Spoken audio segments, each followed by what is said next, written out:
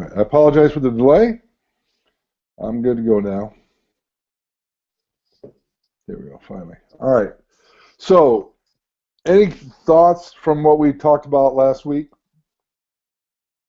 You remember what we covered last week? Yeah, I do. Um, that action where you brought up those points, that has that's weighed heavily on me in working on getting more action going around here. Okay, which ones caught your mind? Um, say that again. Which ones caught your attention? For the expectations, with the five different Mm-hmm. points that I need to most work on. Those two that I talked about, the action and overcome the confidence. Yeah. Okay. So building those back up again for myself, because I see that also trickles down into my team as well as my kids and all that. And that's the thing now we got to really look at is what are we duplicating? You know, even if we don't have anybody to duplicate right now, we've got to know what to do when we do have someone to duplicate. Yeah. And I'm seeing some commonalities with different team people that I'm working with to really look at this point. This whole aspect of this hangout is on leadership. This is to deal with what do we do as leaders, not just how to recruit and all that, but really what do we need to understand about the psychology of the people we're reaching to help them understand where we can take them. You know, I know I touched briefly last time on all those different percentages of action left. Say this, tell me no if you don't remember. Hello? Did I lose you guys? You cut out there for a second, Bill. I lost part of the audio. Okay. So I didn't understand.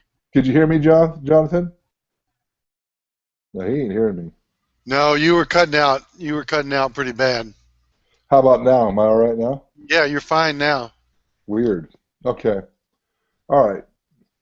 Okay, so do you guys remember, you know, those points I was talking about? What in the world? Oh, sorry. I forget how I got this set up. Go back to my notes. The 60% of people lack of focus, 36% lack of action, all that stuff. Remember that from last week? Yes. Okay. You know, the thing that was interesting to me was only 9% thought their lack of success is because of lack of tools. You know, and that's what everybody says, well, I don't have enough tools. No, it really is more the working in the mental disciplines for people to set up their own priorities and vision, to help them establish direction and to take initiative, how to overcome obstacles, their mental agility, and then to monitor themselves as far as what are they really allowing in that's affecting their confidence. So we have to look at what we want to pour into right now is the expectations we put into others.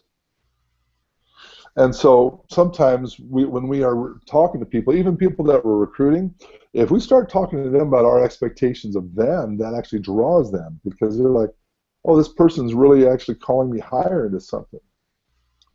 You know, and this is something that John Wooden mastered, is the steps to improving his players. And it's really the same methodology you do in everything else. When you talk about, well, my team isn't doing this or my team isn't doing that. Well, there's steps that I'm going to cover tonight that you need to take to model for them what you need them to do.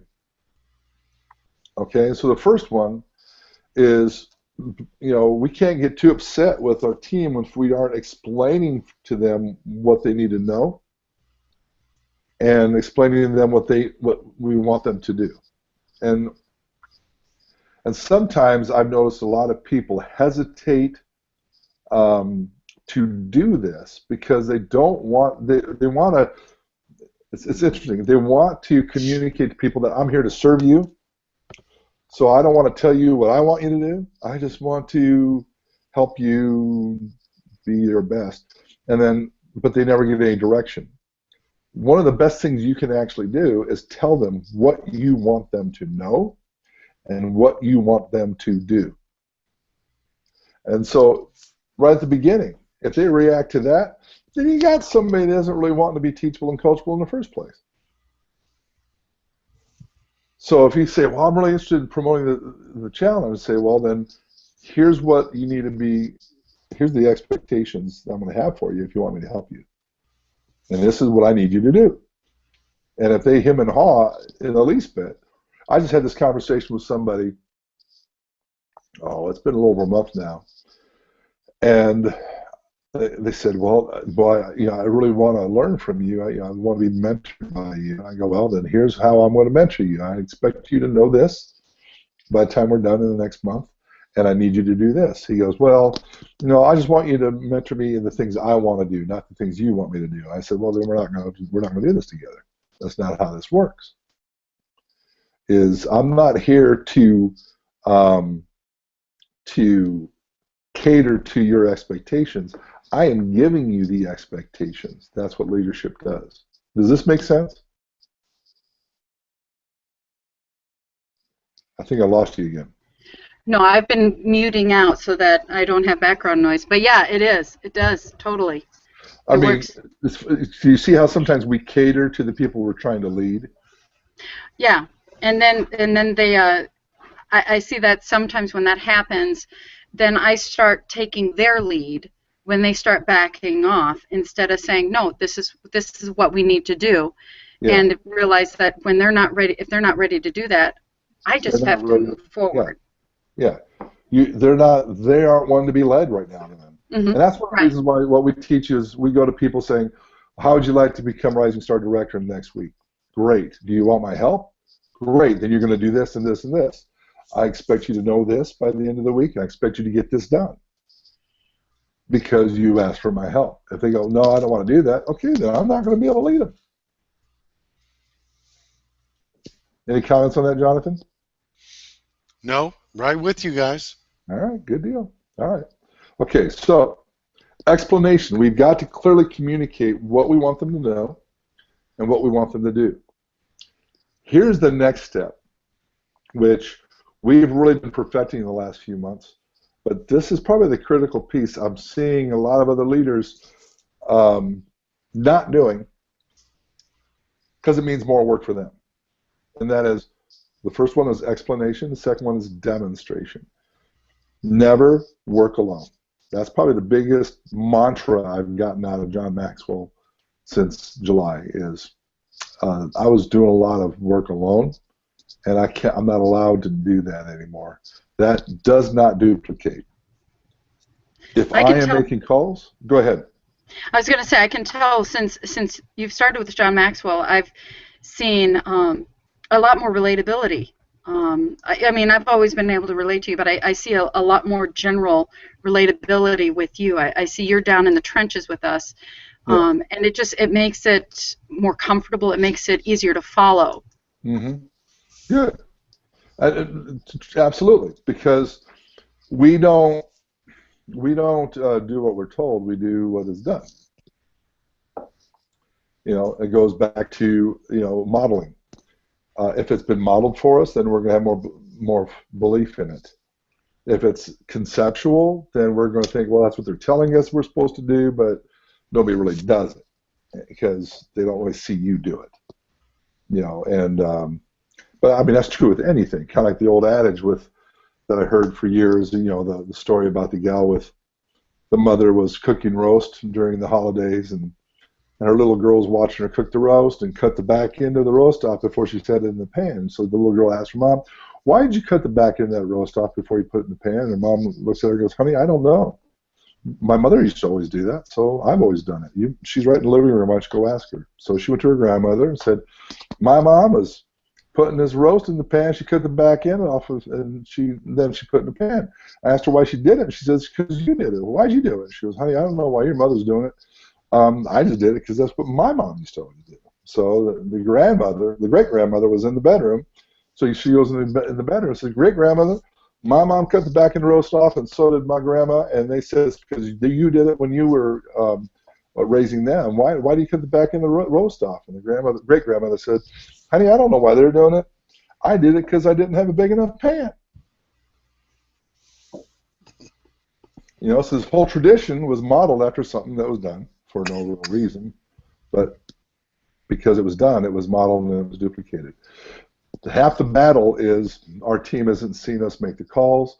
Our team hasn't seen us talk to the people with them. They're not seeing us do this stuff with them. You know, when they hatch off at regional director, they need to be doing that to their team, and then you can leave them alone. But we've got to model for them what it needs to be doing. So we need to show them. So at explanation, we tell them what we want them to know. Demonstration, we show them what we want them to know. In explanation, we tell them what we want them to do. Demonstration, we show them what we want them to do.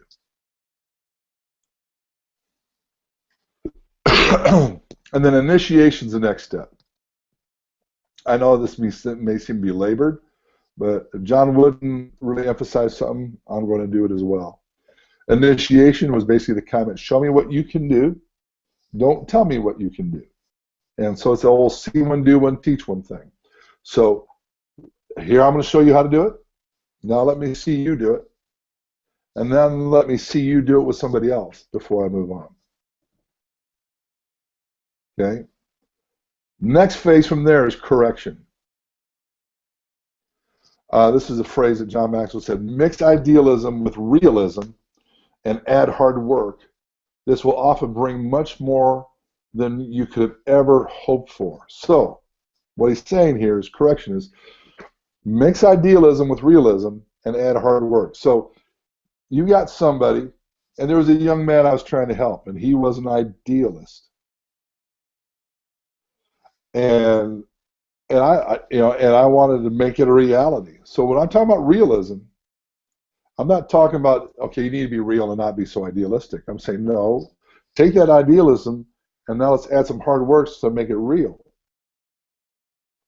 So we want to realize those ideals, but that we can't do that without hard work.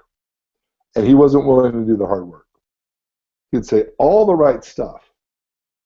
He said everything I wanted him to say. He just wanted credit for saying it instead of doing it. So it was a hard lesson when I had to kind of tell him, I'm done. I can't help you until you're ready to do some hard work. But you cannot correct something as far as if the idealism is not connected to real fruit without seeing their behavior. The way I heard this said years ago when I was starting ministry is you can't steer a parked car. Try steering a parked car. But if the wheels are rolling, then it's easy to steer. So we've got to get people moving by helping them take action. Where I think some people, to try to circumvent, I had one leader one time, they said, I'm going to do a training with my team. And so I came over to see them do their training, and their whole entire training was, okay, this is wrong, that is wrong, can't do this, don't do that. So they were trying to cover all the things they were afraid they were going to do before they did anything. So you can say, well, I told you not to do it, and then you just did it. Well, that is going to just create lack of faith and fear in your people. Instead of telling them what not to do, demonstrate them what to do, and when they do it right, say, now, this is why you do it this way, instead of doing what you naturally want to do. Does all of what I'm saying here right now make sense? Yes. Yes, it does. Okay. At first, I wasn't getting it, but then when you talked about the can't steer a parked car, then it opened it up.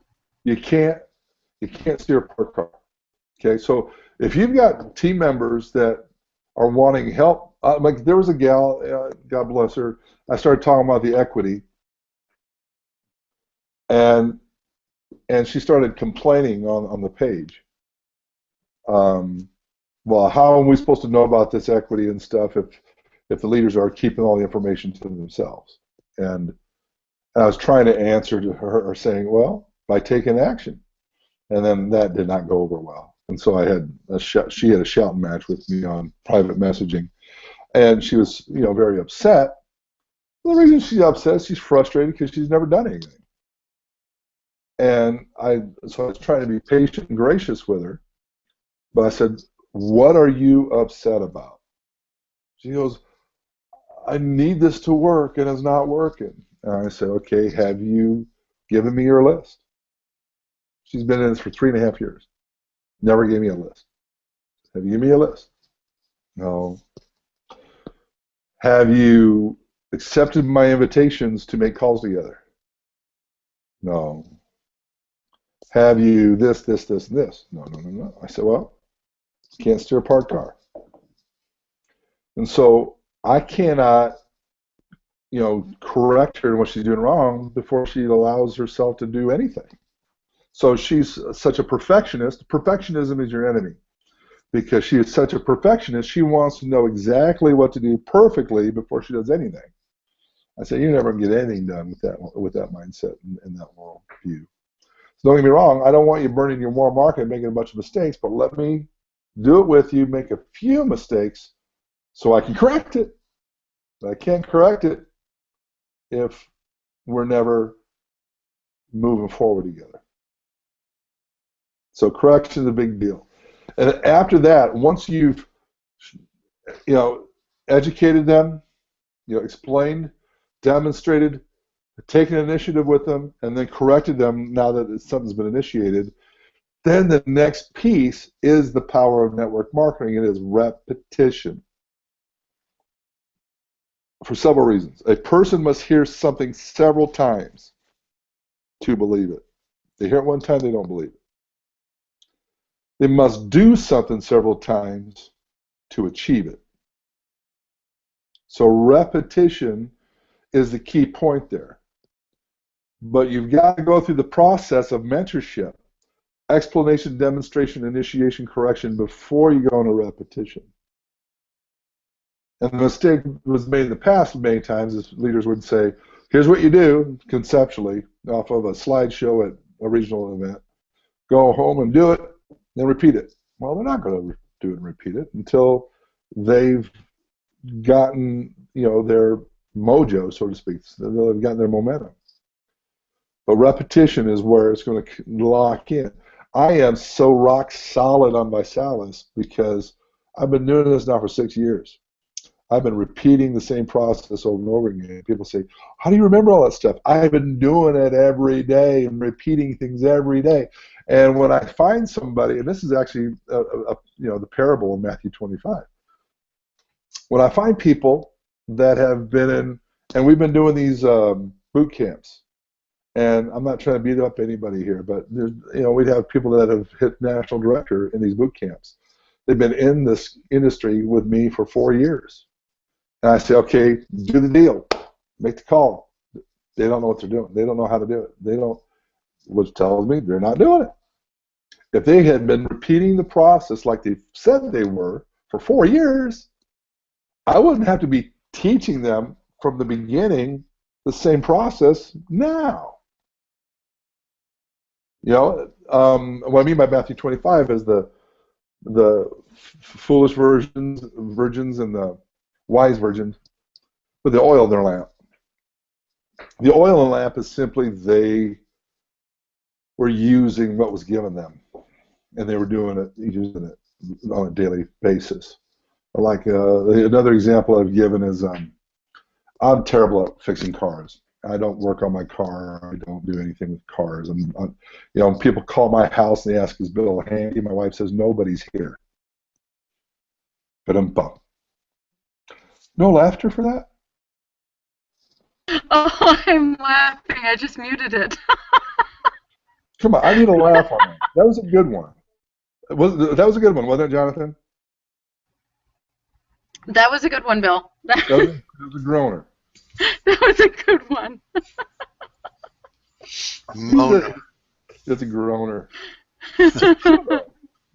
Bill handy? No, but he's here. So anyway, I don't work on cars. So thus, I don't know where my flashlight is. And so if a tornado thing happens and power goes out, I'm toast. I don't know where my flashlight is. Why? Because I never use it. But if I work on cars, you got to use flashlights all the time. Something power goes out, I know where my flashlight is. Why? Because I use it every day. So if there's something that I'm wanting to do for my livelihood, you would think I would use the tools enough so that when I need them, I can use them. And that's where repetition comes into play. So just to exercise my muscle, I will get into conversations every day, not even if it can go into Visalis, but just so I can exercise my muscle of what I need to say to invoke a response and to connect with the person and network. Because that's what I've chosen to do as a life vocation, is to network. You know? And you guys know, oh, Bill, what is it you do? I told you what they are. You know, what do you do? I do this. What do you do? Well, I do a health challenge that feeds the poor. I mean, that's what I'm talking about. Okay? All right. So anyway, repetition.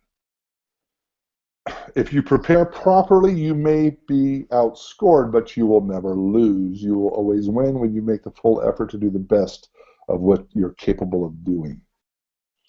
So this is all John Wooden stuff. Really, that's what Maxwell's sharing. Small differences in improvement make big differences in results. So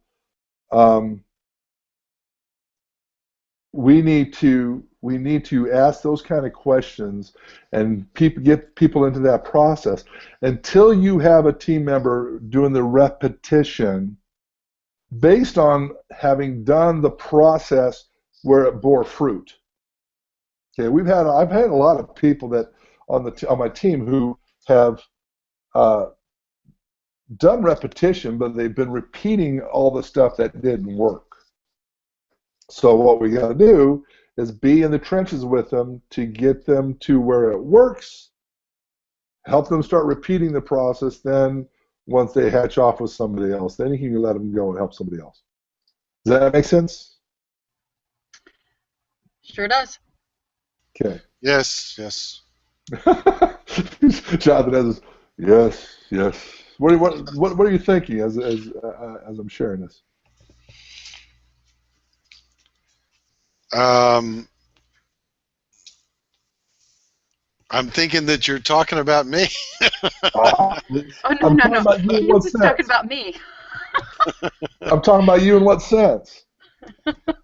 All these things. Well, no, I'm not. I'm just reading notes here, guy. But I know, but I guess the point is the notes and the points that were made are very relevant to all of us, and I am certainly no exception. Right. Well, Jonathan, do you feel the flathead like I do too right now? Yeah. Yeah. But yeah, so, it does hit. Yeah. Well, good. Well, but that's why we're talking about this, because having equity. This is huge. I mean, this is ridiculous. Mm-hmm. I'm just asking people questions. Like I was working out yesterday afternoon, talking to an older guy. He was doing the rowing machine while I was breathing, waiting to get on my next station. And he said, "So what do you do?" I said, "Well, I do a lot. I mentor people in business." And he goes, "How's that work?" I said, "Well, one question I ask people is the question I'm about to ask you." And he goes, "What's that?" I said, "If you were to find a $1.8 billion company that wanted to give you equity if you plug into it, would you want to know more about it?" He goes, "Yeah." I said, "Well, that's a question I ask people so I can help them get to their goals." He goes, "Well, are you going to ask me that question?" I said, "I just did. Is it something you really want to know about?" I don't know anything about health or wellness or anything like that, because with the equity thing, I mean, I'm leveraging that to the hilt right now. Just going to everybody. If you found there was a $1.8 billion company willing to offer you equity, would you want to know about it? Well, what to do after they say yes? I said, "Then let's set them on a phone call with Bill." Do that 10 times in a week, you're going to be a rich man or a rich woman in 3 months. I'm getting a lot of people looking off of that language right there. Just to hang my head on that one. All right. So, but you know, people say, "Well, Bill, you just it flows out of you." Guys, when I started this thing, I was avoiding phone calls just like everybody else. It wasn't until my mentor, forced me to sit down with him for 2 days, and we just made calls together. I got that monkey off my back, and it just started to become an inherent. That's why I've been doing the boot camps I've been talking about, because it just becomes natural, because I forced myself to do the thing I didn't want to do. And to the point where I got through my no resistance barrier, my resistance to the word no, to the point where, oh, this is a natural thing. I mean, this is what we do in life. This is human nature. And when I got to that point, then it just will repeat itself.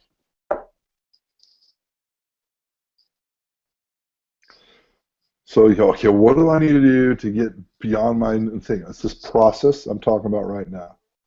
What I need you to do, okay, going back to those notes, what I need you to do is I need you to know the questions, how to overcome objections. It's fairly simple to overcome objections. You ask questions.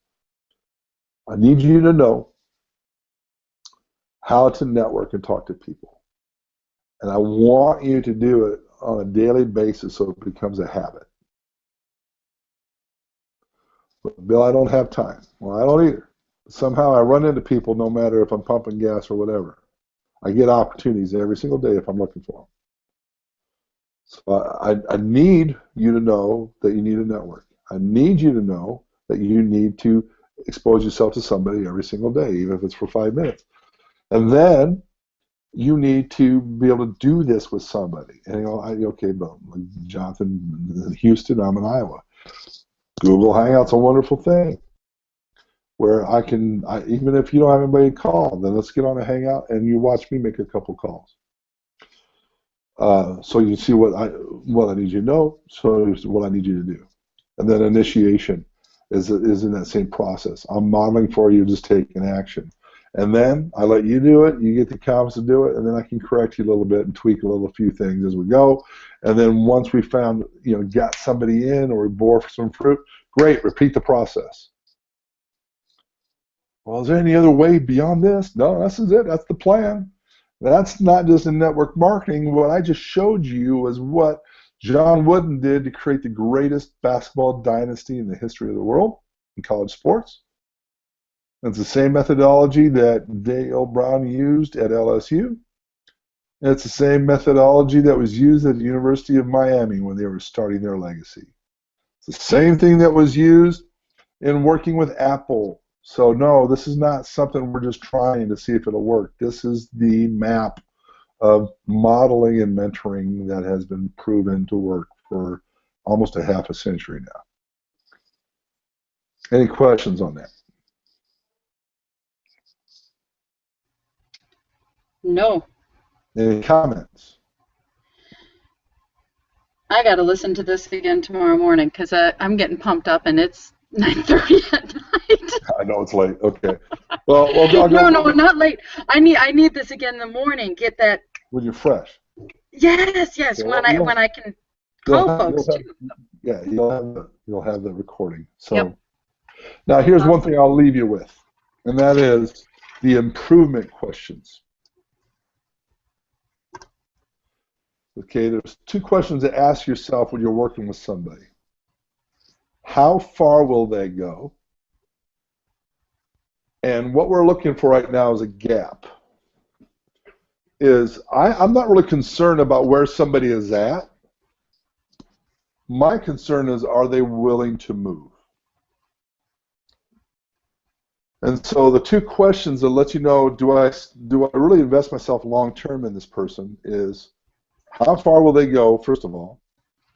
Where I'm at is, if somebody is, just want to get to regional director, I'll help them do that. That's how far they want to go. But then the next question is the key thing. How far do I think they will go? Where do I think they will really go? What do I have the faith for to take them myself? And then you take those two questions and you start looking at what they do in a period of time, say 6 months. Are they closing the gap at all? And what I mean by that is, are they starting to come closer to the expectations that you have for them? I mean, I'm not concerned about if they started down in a low level. What I'm concerned about is, are they climbing out? Are they making movement toward the thing that they say they want and you have expectations for? If they're not closing the gap, then you probably need to hold off on really walking with them right now. Because I can't help them if they aren't helping themselves. If they are helping themselves, then I can reach out and grab them. You know what I'm saying?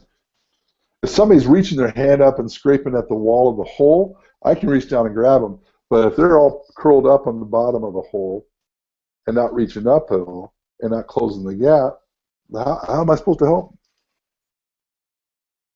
Does this make sense? Totally. Okay? So you've got to start recognizing who's willing to be helped. This really helps make things simpler for you, where you don't get frustrated with people on your teams who ignore your direction and then they get frustrated because their thing didn't work, and then they blame you for the fact that the fact that they weren't going to listen to you backfired on them. You know, is all I got to focus in on is people that are willing to do the expectations, the demonstrations, the initiations, and the corrections that I have presented them, and then repeat it. So it really gets simple. Well, who do I run this month? Who have I explained it to and they received it? Who have I demonstrated to and they received it? Who took initiative with me in doing it? If they haven't done those three things, then it's not something I'm going to run. So it gets kind of simple. Does that make sense? Because, you know, I think, Catherine, with you, you got such a big heart. There's some people you care about. And you see them as somebody you're trying to help and you're leading. But they're really not moving at all. No. So are you really supposed to be spending your energy on them? No, because it's drawing me backwards. Yeah. You need to just find the people that are willing to be helped. Now, I'm not saying you abandon them. I'm available to everybody. But it might inspire later. Hey, how you doing? Are we ready? Are we ready? Want to take my hand? No problem. I'll find somebody to take my hand. Yeah. Okay? Yep. Okay, so that duplication model right there is the crux of everything. I mean, that's not just network marketing, that's life. That's what Jesus demonstrated in Luke 10. I mean, he did. He explained it. He goes to Peter, hey, follow me and I'll make you fishers of men. I'm going to show you what I expect you to do. You know, and then what's that? Well, just what I just did. I just demonstrated for you my abilities. Okay? Follow me. Let's walk so you can see me live my daily life. So you can duplicate and model what I've just done for you. All right?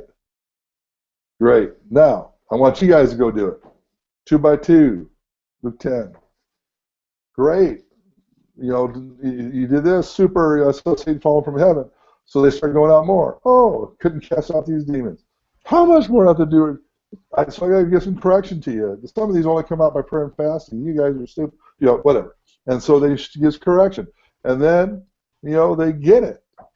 Great. Let's keep doing it now. Let's repeat the process. I'm going to go to the Father now. Same thing, right? Mm-hmm. That's the exact same process. Well, I don't like network marketing. Well, you don't like the Bible. It's the same process. It's just human nature. It's how we grow is through mentorship, discipleship, and it's the same process. So, done with my content. Any comments off the content? I'm reading Darren Hardy's new book, The Entrepreneur Roller Coaster. Yes.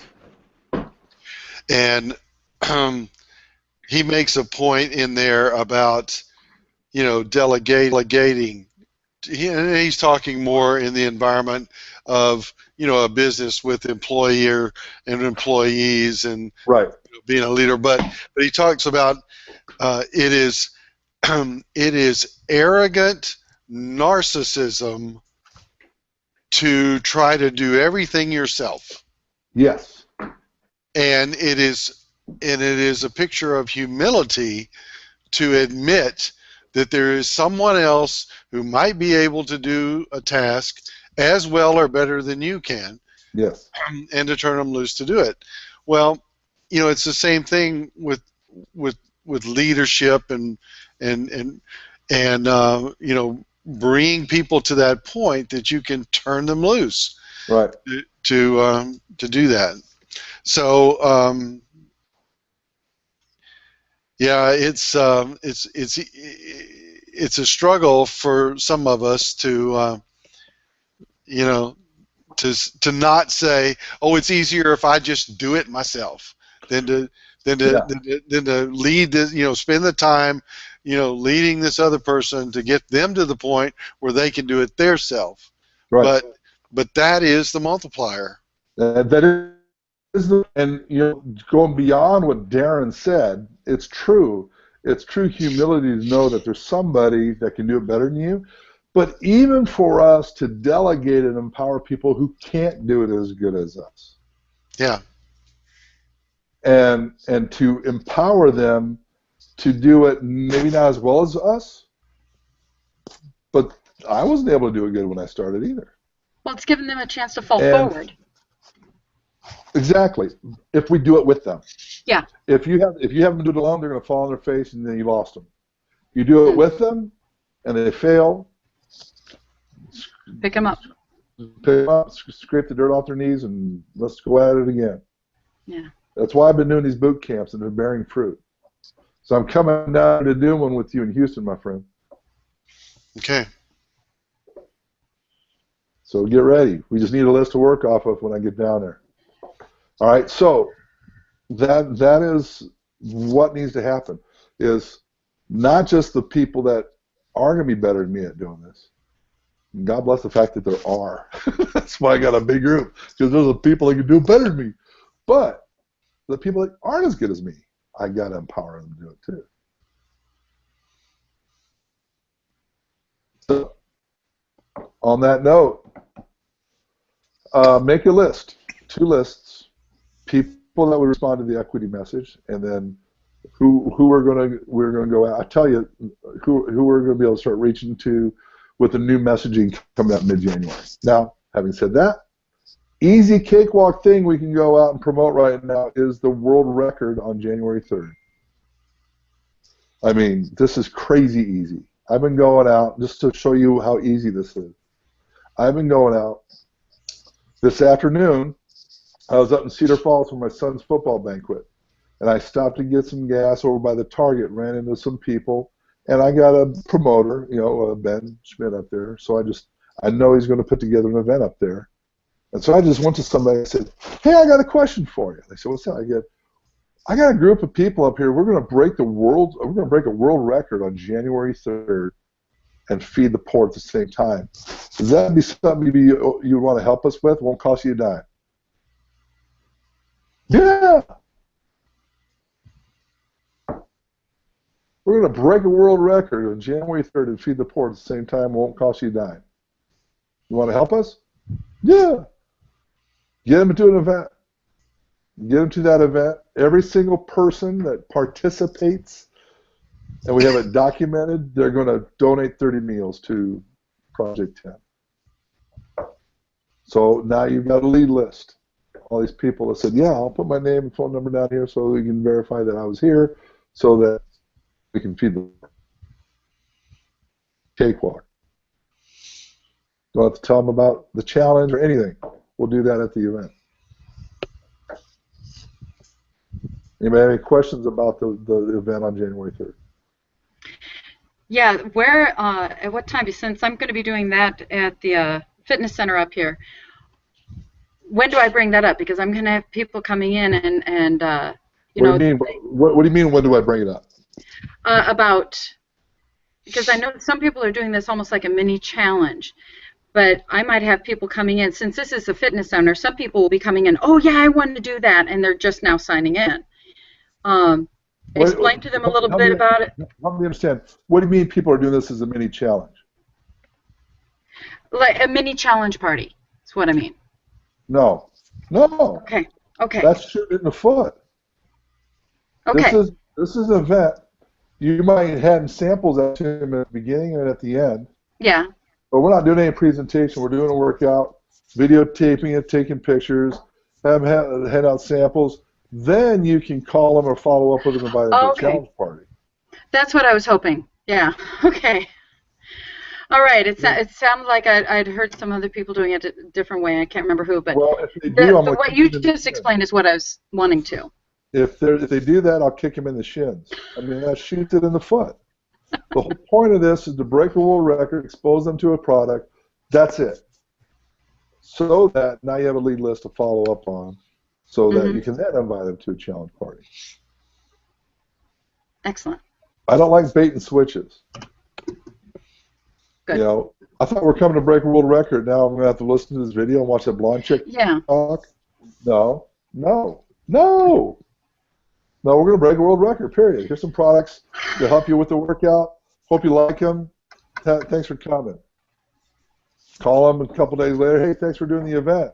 Did you like some of those products you saw? Well, every time we help you lose 10 pounds, we feed the poor. Boom. Okay. Perfect. Have you seen any lists of any events in the Houston area yet, Jonathan? No. Workout.my.com. I know there'll be some coming on board in the Houston area. But really easy. All right. Any other questions for me before we go? Bless you all. Take care, Bill. Good night. Bye, Jonathan. Bye-bye.